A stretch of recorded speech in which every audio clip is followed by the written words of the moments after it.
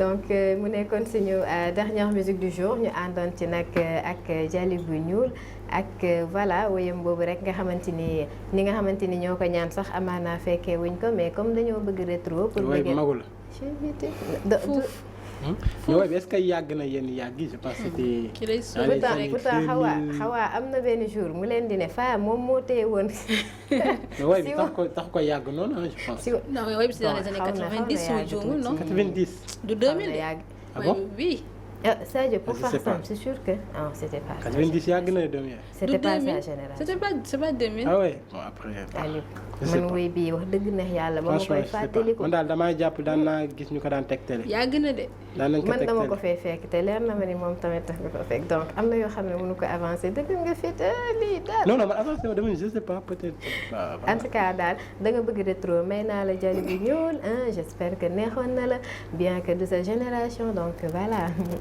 dañuy daal di continuer suñu matinale comme ni ma leen ko waxee tout à l'heure tey c'est mercredi on va parler de jeunesse éducation et société et pour loolu nag dañuy dalal benn jeune nekk écrivain et juriste bon Sadio bàyyi ma bàyyi xaabaabal bi dama lay bàyyi nga dalal suñu invité tey.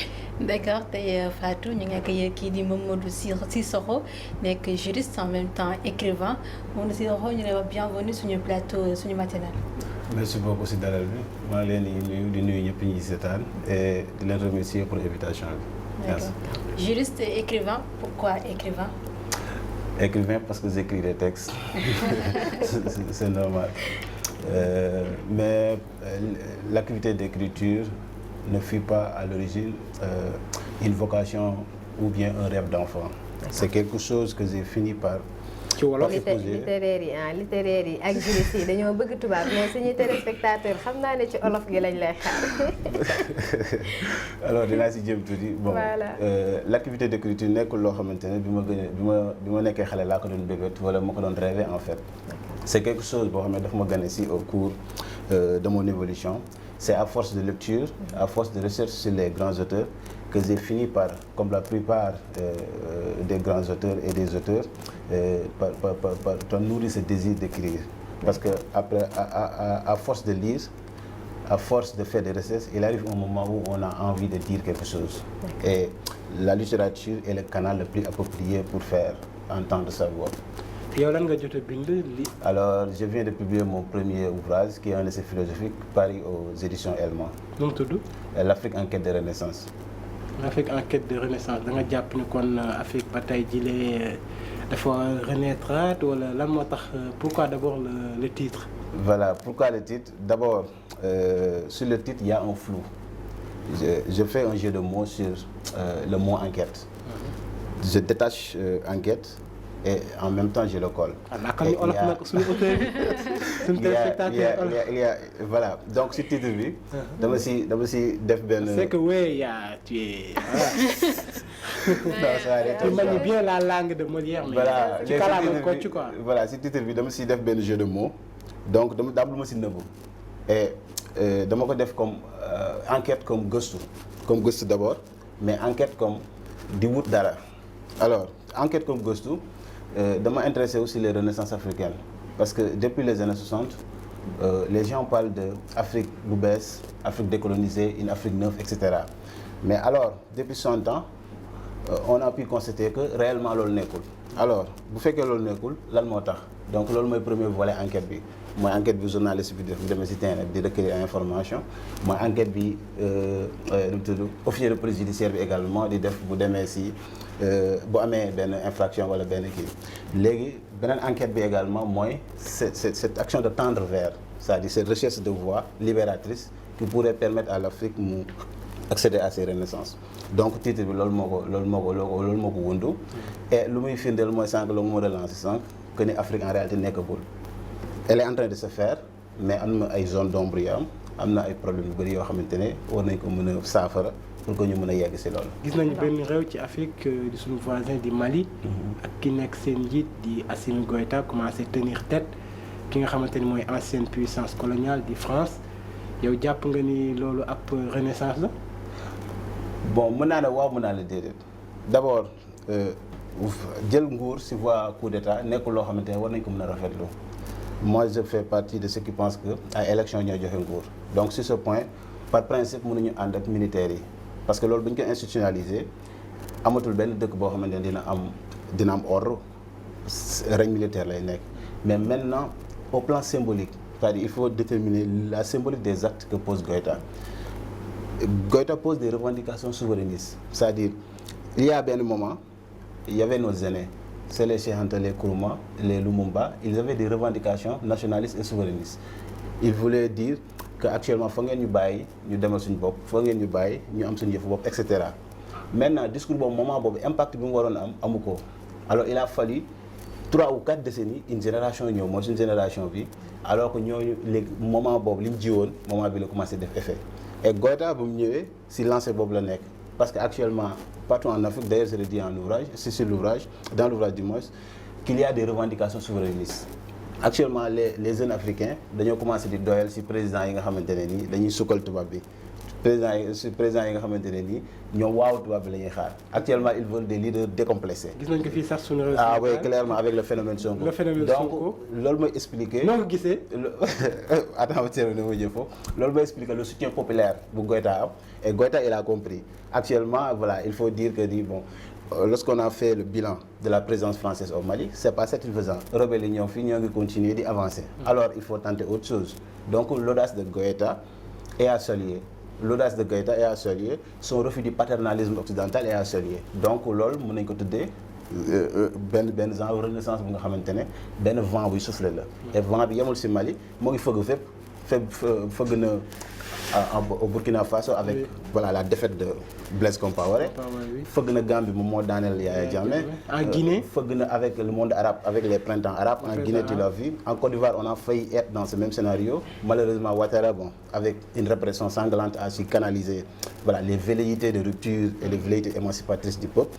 Donc Sénégal fii on l'a vu avec voilà Sonko avec les émeutes de mars où les Sénégalais outre le fait ñuy défendre Sonko ils s'attaquaient aux intérêts français parce que aux yeux du Sénégalais lambda du jeune Sénégalais France dafi nekk fii duñu noot di xoj suñu économie duñu exploiter alors loolu noonu nag mooy daw fii Afrique yëpp maintenant pour parler Sonko également c'est un phénomène boo xamante ne moom si loolu lay si vague boobu lay surfer gëm na li muy wax gëmu ko mais quoi qu'il en soit il porte des revendications que nous jeunes panafricains nous jeunes africains décomplexés en tout cas revendique depuis quelque temps. Donc man ci côté boobu laay ñëwee revendication boobu parce que bu fekkee ni ab dëkk wala ab réew dañoo am benn combat boo xam ne moom la ñuy mëne te ku ci nekk ni nga mënee wala côté bi nga féetee ci ngay utiliser moom ngay utiliser pour mën a am li nga def donc am na ay figures yoo xam ne lim nga leen ñoom ku ci nekk ak c'était sa manière quand même à lui de participer à la renaissance africaine donc yow nga jël essai mu nekk loo xam ne peut-être da nga ko utiliser pour mën a participer yow ci renaissance boobu nan nga xalaatee ni sa essai bi dina impacter vraiment les jeunes africains yi pour ñu mën a gën a conscient ci renaissance bi nga xamante ni moom lañ jublu. Bon, je reste convaincu, par rapport à cette question, je reste convaincu que tout ouvrage a un impact. Maintenant, la question est de savoir, est-ce que l'impact doit faire immédiat ou bien ça s'inscrit dans le temps long. Alors, ma petite expérience de lecteur m'a permis de comprendre que les grands ouvrages, les grands auteurs, seeni bind jafe na lool muy am un impact immédiat. C'est-à-dire day am ay impact sur 30 ans, sur un demi-siècle ou sur des générations. C'est comme par exemple, parlant de Cheikh Anta Diop, lorsqu'il écrivait sa fameuse théorie sur les fondements d'une économie fédérale d'Afrique noire. Moment boobu, les gens pensaient que ils rêvaient en fait, parce que c'est un moment où on s'accrochait sur le principe d'intangibilité des frontières. Maintenant, 30 ans après, discours boobu mooy ñëwaat. Maintenant, bon, c'est le côté un peu embarrassant de l'activité d'écriture.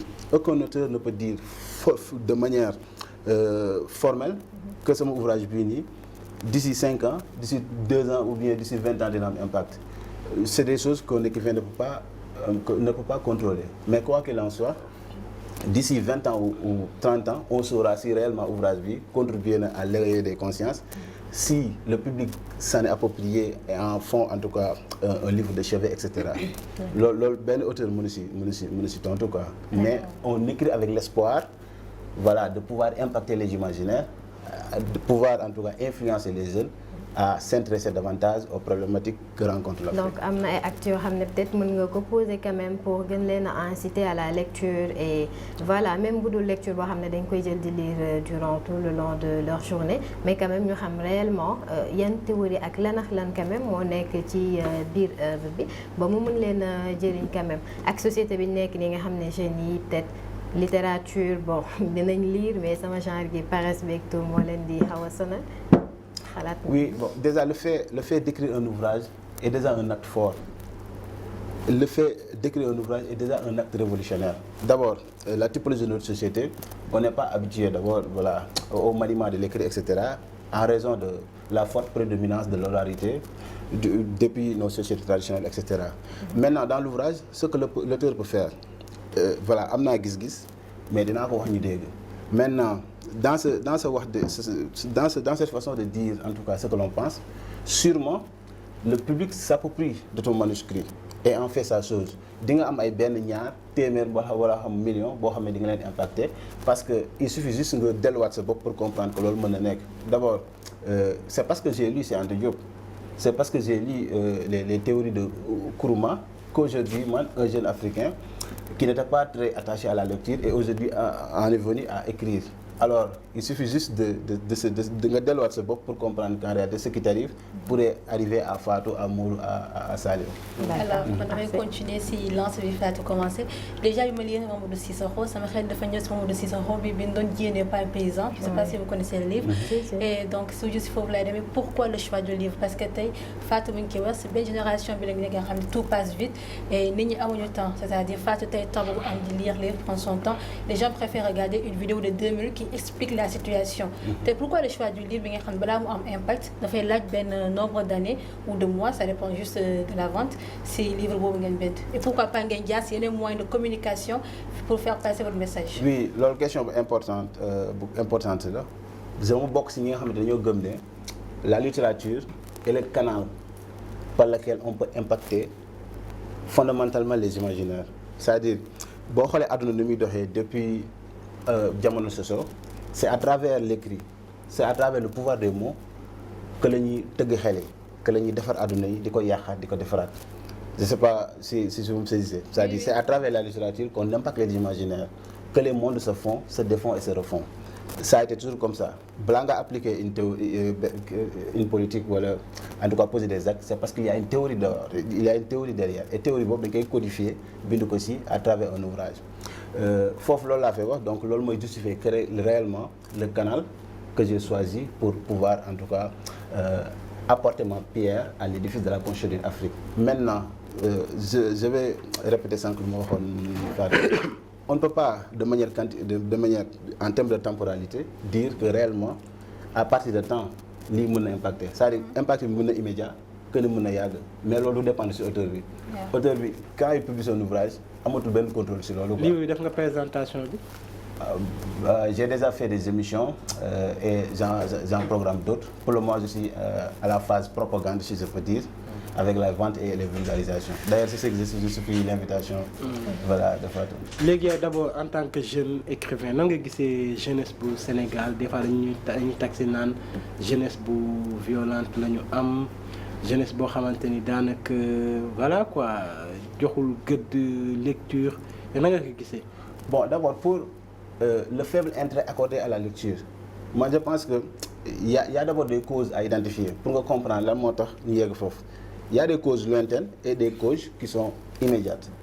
Pour causes lointaines, il faut nga remonter sur la nature de la structure de nos sociétés traditionnelles. C'est-à-dire suñu société yu njëkk yi il y avait une forte prédominance de la parole sur l'écrit. Alors loolu moo nekk di def ay jeexital su ñun ba léegi. Loolu mooy première chose, mais deuxième chose ce que représente en termes de capital symbolique la littérature. Par exemple, yow si tu tenais entre tes mains un ouvrage de lire, bu la 3 personnes rombé du ñàkk ñaari ñi ne la booy kon da ngay lire yow da nga am jot de parce que voilà en termes de représentation lire la lecture est une activité vaine et sans intérêt dañuy jàpp ne en réalité lire perte temps la. Voilà donc yooyu ñooy cause lointaine yi nga xamante ne dañ ko intérioriser ba pare te muy continuer di def ay jeexital de manière inconsciente ou consciente. Dégg les causes immédiates d'abord parce que mën a wax say jeunes lire leen alors que t'as pas de canon de diffusion et de promotion du savoir. D'ailleurs, par canal de division et de promotion du savoir, je parle d'abord des bibliothèques. Par exemple, à Dakar, le Sénégal est réputé comme un pays de tradition, de grande tradition intellectuelle. Par exemple, sous les envies, les Sénégalais sont respectés à raison de la grande tradition intellectuelle. Mais à Dakar, actuellement, il n'y a pas une bibliothèque digne.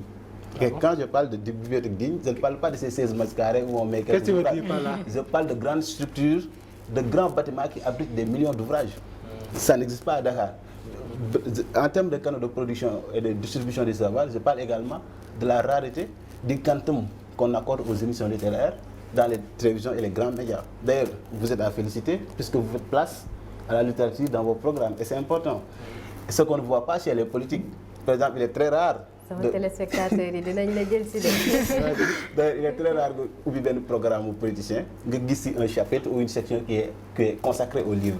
Donc cause yi yëpp dafay expliquer de manière objective lan moo tax jeunes yi duñu intéressé ci littérature. Maintenant, une jeunesse divertie, une jeunesse violente, moi je pense qu'il faut un peu relativiser cette affirmation. Moi je pense qu'il y a plusieurs jeunesses dans la jeunesse sénégalaise. Très bien. Voilà. waxtu bi li ñu def bëreetul mais xalaat nga bindaat yeneen livre wala ci est-ce que boo koy bindaat ci littérature lay doon wala ci d'autres domaines? Voilà, foofu bon la réponse est simple puisque j'ai pas d'autre talent que talent d'essayiste. Je ne sais pas écrire un roman, je ne sais pas écrire des recueils de poèmes. Moi je suis un essayiste quoi. Et ce choix s'explique pour plusieurs raisons. Par exemple, quand vous prenez, l'autre jour j'en parlais avec Fatou, quand vous prenez un roman, le roman est du domaine de la fiction. C'est-à-dire, dans les temps de faire ces récits, créer ces personnages, c'est-à-dire ça ne t'engage pas. Comment c'est idole? Non, je dirais c'est un de Dieu. Ah oui, disciple de Cheikh. Voilà, c'est ça. panafricaniste. Ah oui, clairement. ñu lay jaajëfal. Ça se sent. ñu lay jaajëfal Mamadou Cissokho ñuy fàttali ni auteur nga. L'auteur de l'ouvrage. L'Afrique en quête de renaissance. L'Afrique en quête de renaissance, en même temps juriste. ñu lay jaajëfal sa teewaay suñu plateau. Ma leen remercier ci invitation bi di leen encourager également. Après l'invitation de Fatou, j'ai eu à en tout cas un peu faire des recherches sur votre télévision et votre émission. Je vois que vous avez des émissions, des invités de marque. Vous avez des thématiques très intéressantes qui touchent aux préoccupations quotidiennes des Sénégalais. Et c'est important. C'est-à-dire vos émissions ne sont pas hors sol. Ça s'inscrit dans le quotidien des Sénégalais et ça c'est important. Donc je vais l'encourager, voilà. di leen jaajëfal ci émission bi. mais ñaar ñi tamit di leen wax ñuy lire ah. Je vais leur offrir des exemples. góob ni mës nañu lire En tout cas, pour une journaliste qui fait des éditions en français, voilà, vous devez dire quoi. Non mais qui day sandi xel. Ah, ok, mësuñu lire est-ce que ñu leen ça une si longue lettre? Un journaliste doit avoir une large culture générale. Effectivement, ça on est en phase avec tous les grands dans le domaine de l'ont confirmé. Effectivement, bon Fatou di jaajëfal sunu gan gi ñu amoon tey sunu on peut dire que le disciple de Cheikh Anta Diop gis na yaakaar nañu sax Cheikh Anta moo doon toog vu le niveau de langue quand même mais di ko jaajëfal di ko encourager quand même parce que bind lu am solo la parce que bind rawatina ngay bind ci lu ñeel Afrique moom franchement dara gënu ko am solo di la jaajëfal di la encourager di la jaajëfal yow tamit Fatou di jaajëfal Sadio di leen wax yéen tamit ngeen di lire est-ce que sax mos ngeen lire mbokk yi ñoo amoon mbégte loolu teew fi depuis 8 heures ñu leen jox di daje ëllëg bu soobee suñu borom man naa fi ànd ak ñaar ñi nga xamante ni mosuñoo ibbi lire amul woon du baax. deen lire. Sadio tey buñ tontu ah. on répond pas à la provoque. bàyyi la nga tàggoo. remercier Aliou du ma la tontu si li nga wax. di remercier Mamadou Cissokho vraiment et j'espère que da ngeen bind roman parce que man fan roman la j'aime trop lire. Vraiment c'est de la fiction. surtout roman romantique. C'est de la fiction. Et j'aime bien lire les romans. Histoire ay Madame Bovary. Non, mais c'est important. Oui, c'est important. Je rigole. da nga xamee ay mots yu bëri surtout. Donc je continue davantage Fatou di naan maa ngi remercier képp koo xam ne ñu doon seetaan fii suñu Label TV nekk si xolu Sénégal ki nga xam ne moom dafa jeexal bibliothèque Sénégal yëpp lépp la lire moom. bu ñu wàccee dinañu wax kan la xam. bàyyi ko kan jërëjëf xam naa léegi mu génne livre waaye naan ko Aliou jërëjëf. donc Aliou jërëjëf ni ko Sadio waxee ndeysaan moom day defar ba mu neex ko rek mu daal di yàq quoi.